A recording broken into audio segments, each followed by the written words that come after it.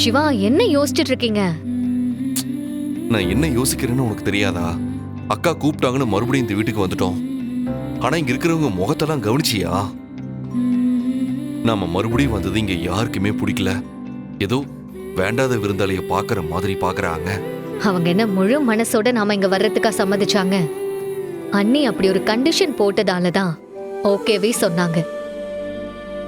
அவங்களால அண்ணி இந்த வீட்ல இல்லாம கண்டிப்பா இருக்க முடியாது. சோ வேற வழி இல்லாம நாமளும் இங்க வர்றதுக்கு சம்மதிச்சிருக்காங்க. அவங்க நம்மள அப்படி பாக்குறது என்ன புதுசா? விடுங்க சிவா. இதுக்கு முன்னாடி நாம இங்க இருக்கிறதுக்கு ஒரு காரணம் இருந்துச்சு. அதனால நாமளும் அவங்கள சரிக்கு சரி ஃபேஸ் பண்ணி சமாளிச்சுட்டு இருந்தோம். ஆனா இப்ப அவங்களுக்குலாம் என்ன பத்தின எண்ணமே வேற மாதிரி இருக்கும். என்னதான் அக்கா எல்லாரையும் வார்ன் பண்ணி இருந்தாலும், அதனால யாரும் நம்மள சீண்டாம இருந்தாலும் கூட எனக்கு அவங்க முகத்தெல்லாம் பாக்குறதுக்கு ஒரு மாதிரி உறுத்தலா இருக்காயிலே. இதுக்கப்புறம் ஒவ்வொரு நாளையும் இந்த வீட்டுல எப்படி கடத்துறதுன்னே தெரியல. ஆனா அதே சமயம் நாம அக்காவுக்காகவும் பார்க்கணும். அக்கா நமக்காக அவங்க எல்லாரையும் எதிர்த்து நின்னு இப்ப மறுபடியும் நம்மள இந்த வீட்டுக்குள்ள கூட்டிட்டு வந்திருக்காங்கன்னா அதுக்கு காரணம் அவங்க நம்ம மேல வச்சிருக்க அன்புதான். அவங்கள நாம எதுக்காகவும் விட்டு கொடுத்துடக்கூடாது ஐலே. அவங்க மனசு சங்கடப்படுற மாதிரி நம்ம எதுவும் நடந்துக்க கூடாது. நீங்க சொல்ற மாதிரி அண்ணி நம்ம மேல வச்சிருக்கிற பாசத்தால தான் நம்மள மறுபடியும் இந்த வீட்டுக்கு கூட்டிட்டு வந்திருக்காங்கன்றது உண்மைதான். ஆனா அவங்க அப்படி பண்ணதுக்கு இன்னொரு முக்கியமான ஒரு காரணம் இருக்கு. அண்ணி நம்ம கிட்ட வந்து என்ன சொல்லிட்டு போனாங்கன்னு பாத்தீங்கல்ல?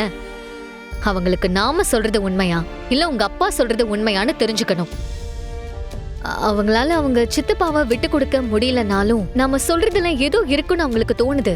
அது என்னன்னு தெரிஞ்சுக்கணும்னு அவங்க நினைக்கிறாங்க. கூடிய சீக்கிரமே அவங்களுக்கு நாம சொல்றதுதான் உண்மைன்னு ப்ரூவ் பண்ணணும். அவங்க சொன்ன மாதிரி ரொம்ப டைம் எடுத்துக்காம சீக்கிரமாவே அந்த வேலையை ஆரம்பிக்கணும். அது அவங்களுக்கு மட்டும் இல்ல, நமக்காகவும் தான். இதுக்கப்புறம் எப்படி ஐலி ப்ரூவ் பண்றது? நம்ம நம்பிக்கையா இருந்த ஒரே ஒரு விஷயம் அதுவும் சாம்பலா போயிருச்சு.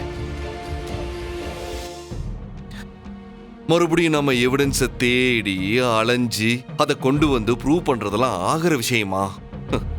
அந்த கபிலன் வேற நம்மளையே வாட்ச் பண்ணிட்டு இருப்பான். கபிலனை விடுங்க. இந்த தடவை ஏதோ மிஸ் ஆயிடுச்சு. இதுக்கப்புறம்லாம் அவனால நம்மள எதுவும் பண்ண முடியாது. சமாளிச்சுக்கலாம்.